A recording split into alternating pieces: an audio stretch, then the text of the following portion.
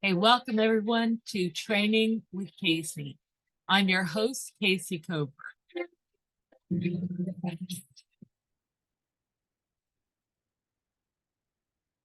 And welcome. Tonight we're going to talk about whether or not perception, or I'm sorry, it's a holiday. It's been a long day.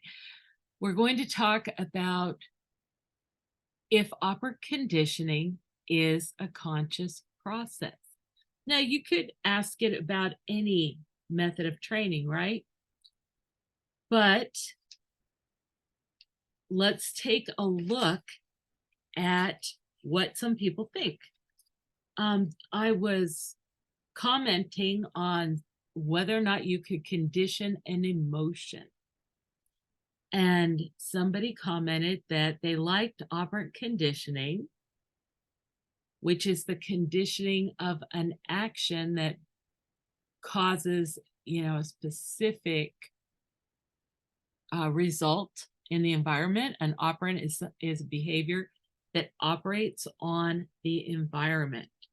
And so when you teach an animal to change their behavior in order to control their environment, that's called operant conditioning. And the way it happens is that the animal performs a behavior and that has a consequence. And that consequence might just be natural. For example, maybe the animal stops when he sees a wall so he doesn't bang into it. Nobody necessarily put the wall there in front of him. It's just how he needs to interact with his environment. But then you have other situations like you don't want your dog to eat the food off your counter. And so you maybe put, I don't know, some kind of a shock device or something on your counter so that when your dog jumps up and puts his feet on the counter to see what's on the menu, maybe he gets a shock and then he doesn't do that. But is that process a conscious process? And this one trainer thought that it was. And I was pretty sure it wasn't, but I thought, let me look it up. So I looked it up and found several descriptions of operant conditioning in which they called it a conscious process. And that really surprised me. But as I looked further, I found that there's actually a lot of controversy about that. And let's dig into it. So there's one other kind of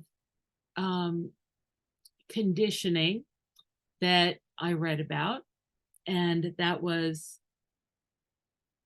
instrumental. Instrumental and operant conditioning are essentially the same thing. And then you have classical conditioning, which is where you condition a body reflex or a body response. It's also called responsive conditioning. So that would be like Pavlov, where he rang a bell and the dog started to salivate, anticipating the food. So you have the conditioning of a physiological reflex or physiological response, and you have the conditioning. Oh, by the way, nobody thinks that that one's conscious. Okay, so then you have the conditioning of behaviors in response to consequences of the behaviors. And then there was a third kind of learning that was listed, which was observational learning, where people are now accepting that animals can learn from observing others, which is definitely true. So, and I say it's definitely true because I use that constantly, and it really helps. And trainers that have a dog assistant know very well. with perception modification, a big thing that dogs will do for us is when we're trying to teach new dogs condition relaxation, the experienced dogs will demonstrate it, usually not even on cue. They just hear us talking to this dog and they see the dog doesn't get it and they like, oh, follow me, buddy. This is the way it is. So they demonstrate and that helps the dogs.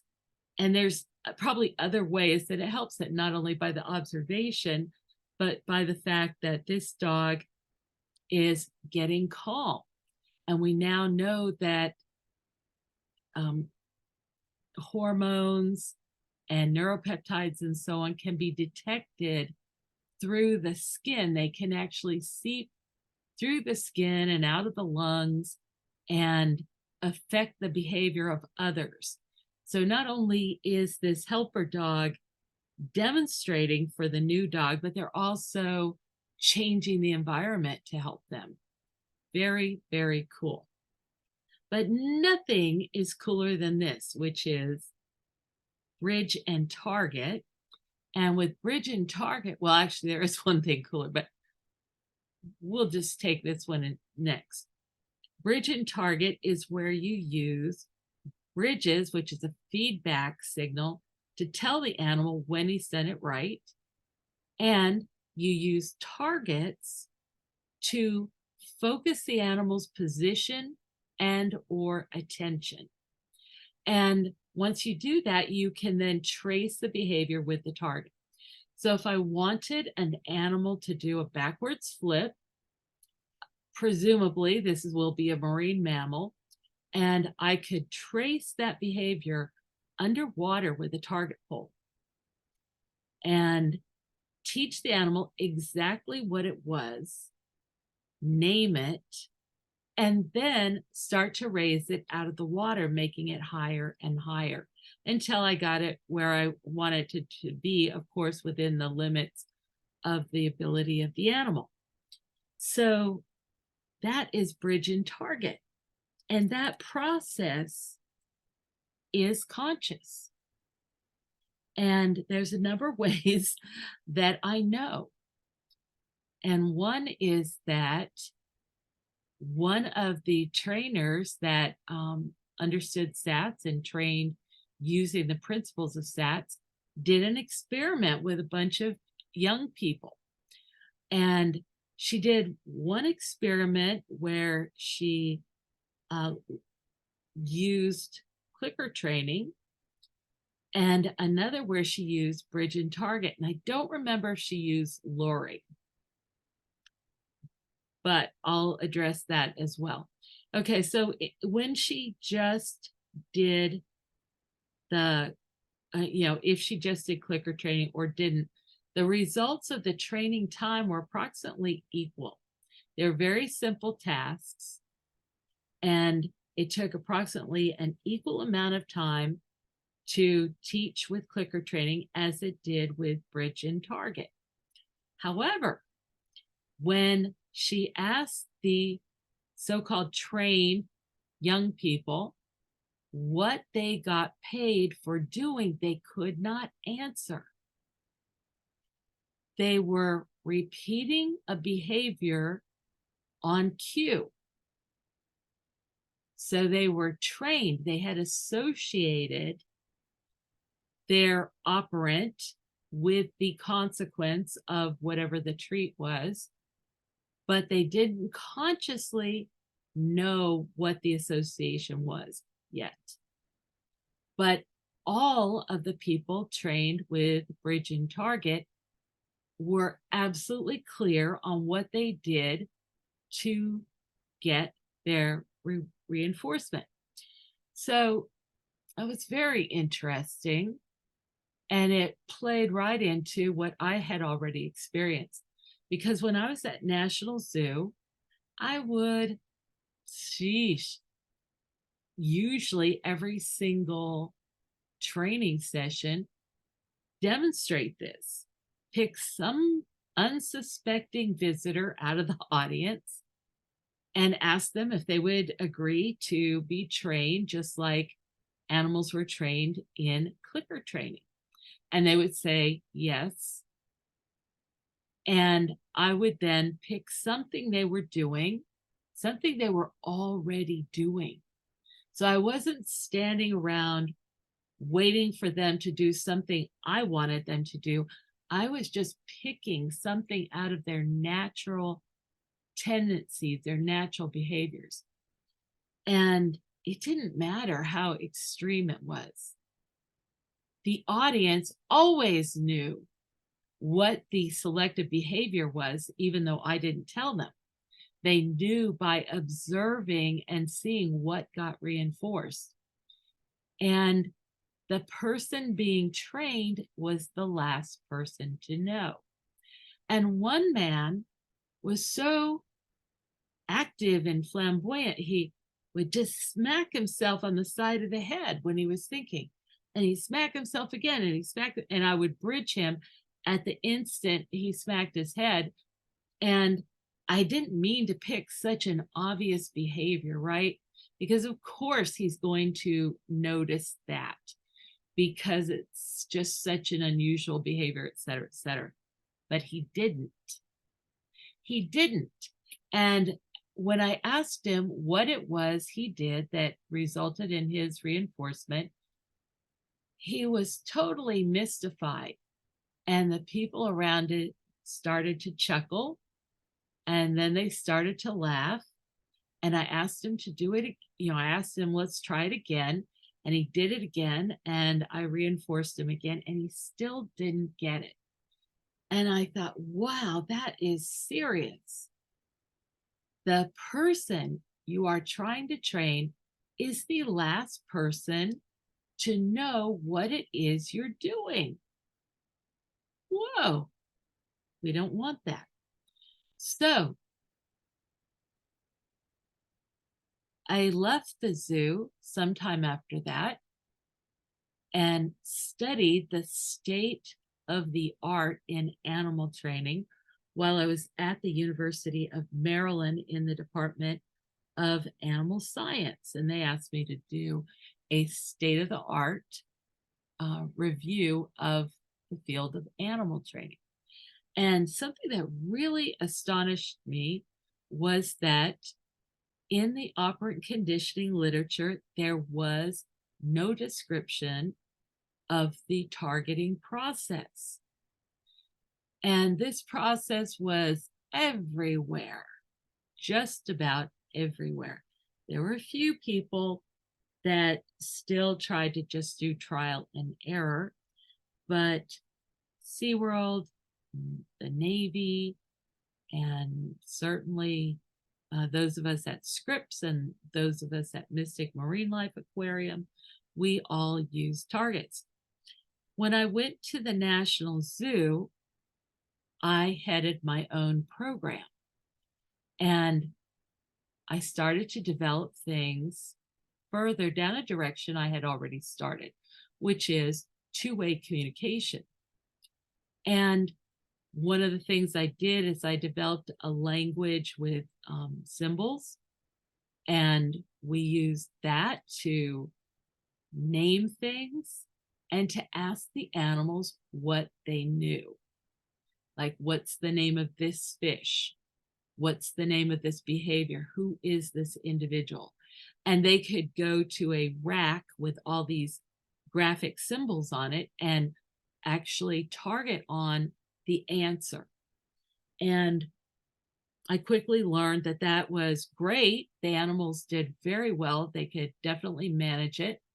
And we were able to make it a relatively logical language, because if it was a verb, it had a white background, and if it was a noun, it had a gray background, and the actual symbols were in black so that we knew there was good contrast, regardless of whatever the color vision of the animal was. But it was very ponderous. So then I graduated to using a binary toggle where I'd assign one meaning to my thumb and another to my finger. And I could ask the animal that way, binary choices. Is it this? Yes or no? Do you want A or B? Do you want A or other, etc.? And this works really, really well. So now we have a way to get some direct feedback from the animals. And we do use that to find out what they learned. And they learn very quickly, very efficiently, and can master all kinds of vocabulary, concepts, but also in Bridge and Target, we teach first the bridges, which are the feedback signals that tell the animal either you did it right or you're on the way to doing it right. And if you keep on in this direction, you're going to be successful. Which, by the way, is a totally different thing than a keep going signal. If you think that they're both the same thing, they're not. But that's in another podcast, but just a spoiler alert. Okay, so the bridges give the feedback, and the target shows the animal where to observe to see the shape of the target or of the behavior, which we create by kind of drawing in air with the target. And then we name every little piece. So recently, I did another podcast, I believe, on retrieval. And we talked about the animal learning, the process of learning retrieval. And for a lot of dog trainers, there's something called a force retrieve, and it isn't conceptual, okay? It's setting the animal up to kind of accidentally grab something and then, praising them for that and so forth. But this is different. In this one, we targeted the animal to open his mouth and then close it on an object. And that's very useful, and it's the start of a retrieve. But it's also useful because on the way to the animal taking an object, you also go through the process of teaching the animal to target his nose and its chin. And you also teach the animal to open and close his mouth. And you also teach the animal to open his mouth and let an object pass through his mouth, and close his mouth and let an object pass through his mouth. And we call that shibble and brock. And you also teach the animal to open his mouth and take an object, restrict it from being pulled away. And we call that take. And then release, where he lets go of the object that he formerly took responsibility for. Can you see where every one of those little pieces of behavior is useful? It's very useful. If you have to take a swab on the inside of your animal's mouth, you don't want him clamping down on the Q-tip. If the vet has to look in the animal's mouth, you don't want him clumping down on the vet's finger. If you need the animal to hold on to something with his mouth, you want him to clearly understand the difference between those two cases.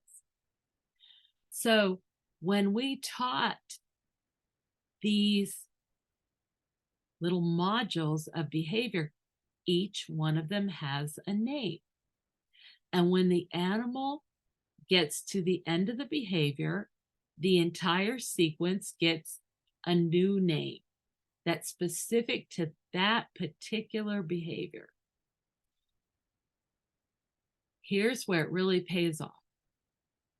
Let's say you're training an animal for a movie, and you've been told exactly what to do by the director, and then the director sees it and he doesn't like it.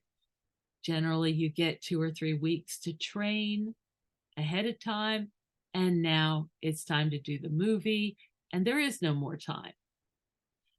But with a SATS animal who knows the names of all these different modules, you can just tell him what you're going to make next. And the animal will often put it together without error, just based on you telling him the names of those items. So this animal consciously understands that these names represent pieces of behavior. That makes training so much more efficient. And I've already talked before in another podcast about how we then interrelate all these things that the animal knows. Like if we teaching him left versus right, we teach him all the different places that left is part of his life. Your left side, you turn left, the guy on your left, that kind of thing.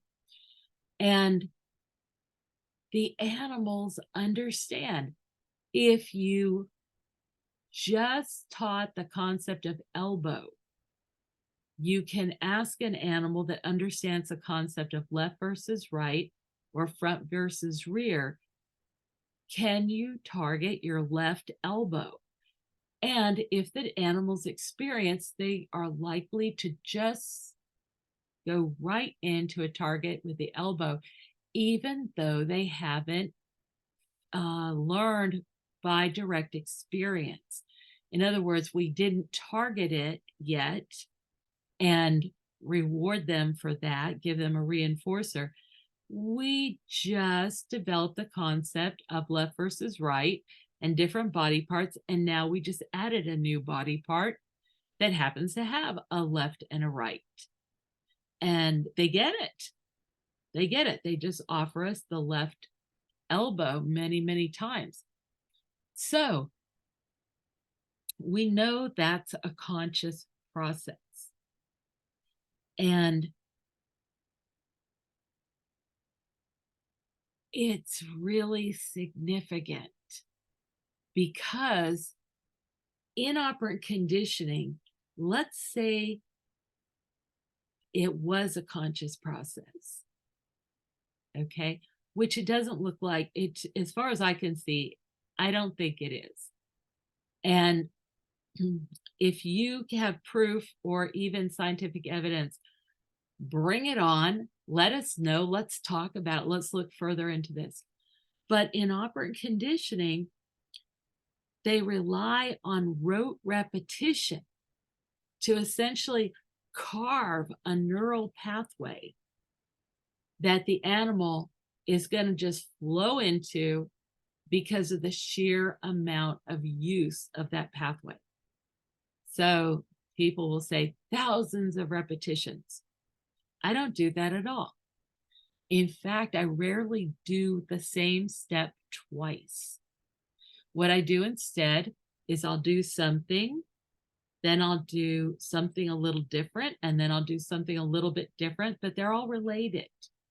So maybe I'll do left eye or eye, eyes, left eye, left and right eye, ears, left ear, right ear, both ears, left eye, left ear, right eye, right. You see what I'm saying? So I go through this entire set of like a matrix of how these things are interrelated. And that helps the animals study what it is we're talking about, what's the same as something else, and what's different.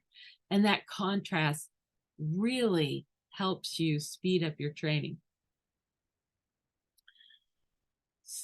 So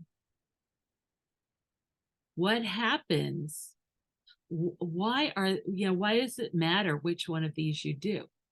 Well, I already said that the second one is faster.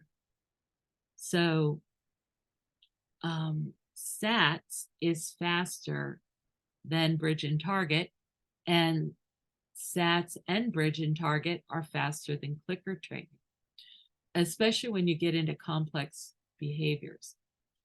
But it's also probably easier to change things in SATs. Like I mentioned, what happens if you have a whole behavior that's trained and you haven't named the elements?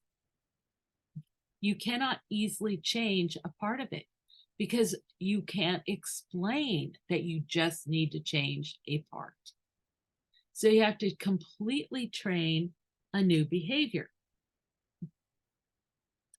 In addition, there's a process in the rote repetition that causes an animal to switch over from conscious to unconscious. So let me explain. Excuse me while I take a drink of tea.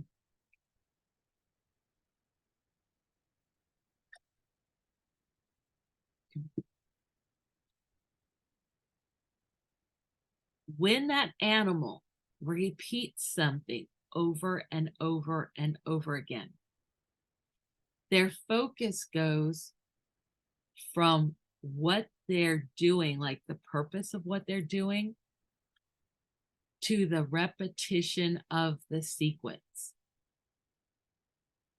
All kinds of things happen then. There can be stereotypy. So that's like, you might pronounce that stereotypy or stereotypy, but that's just where somebody does something over and over again and they get into a stylized way of doing it that's very rigid. So if you get on a train and you listen to the engineer or the conductor announcing the stops, ladies and gentlemen, da da da da da da da da da da da, they're not actually talking to you. They are just spewing off some rote piece of information that they have to deliver. I saw it in the marine mammal shows where somebody, like I didn't do this, but a lot of people did. Instead of saying, ladies and gentlemen, we're about to do a show. If you want to join us, you can do it this way, etc. Ladies and gentlemen, girls and boys, welcome to the aquarium. Da, da, da, da, da, da. Okay. So it would become stylized. And I've seen the same thing when we asked dogs, for example, to vocalize on cue. All of a sudden, it goes from an authentic bark to something very strange indeed in certain cases. So if you want to look at your own experience for examples of this, one is if you have my particular kind of sickness where you play solitaire and you get a good game and you want to just see how fast can you do it. So you play the same game over and over again and you test out different ways of winning the game and so on. And just now the object is to see how fast you can go. And when you start that process,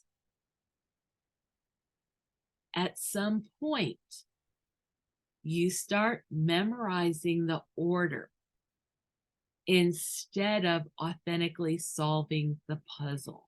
You've already solved the puzzle. You know what the solution is, but you need to make your delivery of the solution more efficient.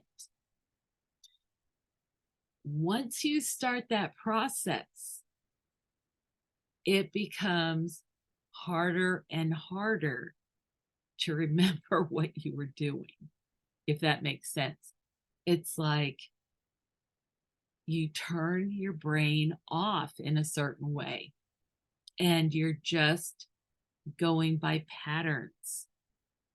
So if you don't have my sickness and you don't do that with solitaire, you might have this experience where when you first learned to drive, it took constant vigilant attention. And now you can arrive home and not remember how you got there. You just are driving with your unconscious kind of running things for you. And you'll get called back to the scene generally if, something happens, like somebody swerves or whatever. But it's not the same kind of vigilance that you had when you were genuinely learning. And where it really shows up is when you have to relearn part of that sequence that was in driving. So here's one. If you drive a manual car, then and your clutch goes out, you have to double clutch. And you're an expert in clutching. You've been doing it for years. You've been doing it smoothly. But now you have to change something. And that is so difficult because you have this impulse to continue to do it the way you have been doing. The automatic pattern is very hard to resist. It's very hard to get an animal that's been up, he's become proficient and now he's fast and has mastered something. And then you want to change some little detail. Good luck. Good luck. It takes a lot to get an animal to come back and really relook at a behavior once he's been allowed to accelerate it. Okay, so these are reasons that I don't believe that operant conditioning is a conscious process. And if it ever was a conscious process, I believe that conscious connection can often be destroyed by the sheer repetition. And when you train with bridges and targets and vocabulary, so that's what's different with SATs, if I didn't make it absolutely clear. With bridge and target, you have the bridges and the targets. And with SATs, you have bridges, targets, vocabulary, concepts, modules. It's kind of like Lego training. You're going to make all these little pieces and then you can add them up together to create the Taj Mahal of animal training. It's a lot of fun. But this is a really important thing to think about when you choose how you're going to teach your animal. There's a lot more to that. Like, can we get the animals buy-in? Can we get them to align with our goals? Can we teach them by observation? Can we, could we ask them if they understand? Now, I don't have a way to ask an animal if it understands, but I will say that when I tell an animal that we're going to do something that, like a sequence of movement, I have found that they will often immediately start to walk through the sequence to show me that they understand that, they get it. All right. If you have thought about this, if you know about this, if you've got citations, we'd love to see them. And I'd love to see your comments. So I'm all about using cognition in training, but I also use operant conditioning. And I also use observation. And I also make pictures in my mind. And I also manage my energy state. So if I want an animal to be calm, I'm also calm. And so it goes. There's many, many layers of information that converge to help us explain things to an animal and to help the animal understand. By the way, if you're interested in that and you weren't aware of it, I have a manual called Talk to Me, and it goes through those processes, and it has pictures and also some exercises that you might find fun to work with, and I hope will really kick these concepts home to you. All right. Thank you so much for joining me. Take care, and I'd love to see your thoughts on this. All right, till next time. Good night.